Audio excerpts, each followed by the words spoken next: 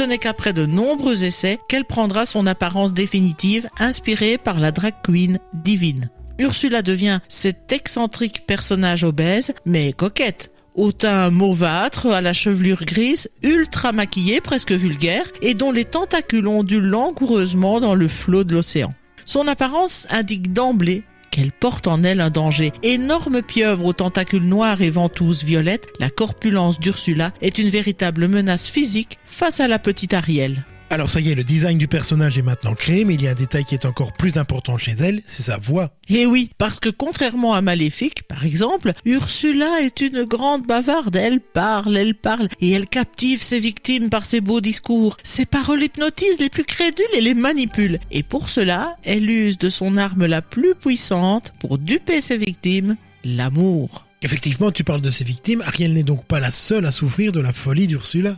Et non, et c'est d'ailleurs ce qu'elle explique dans la chanson « Pauvre âme infortunée ». On apprend que dans ce qu'elle juge être son infinie bonté, elle est disponible pour réaliser les vœux d'amour des pauvres âmes en détresse. Bien sûr, ce service n'est pas gratuit, elle exige toujours une contrepartie à l'exercice de sa magie, sans retard ni report. Sinon la voilà obligée d'appliquer un châtiment. L'entrée de sa cachette ne montre-t-il pas une sorte de jardin constitué de polypes se lamentant ? Eh bien, ils ne sont rien d'autre que ses victimes qui avaient eu l'imprudence de demander ses services et n'ont pas pu remplir leur part du contrat.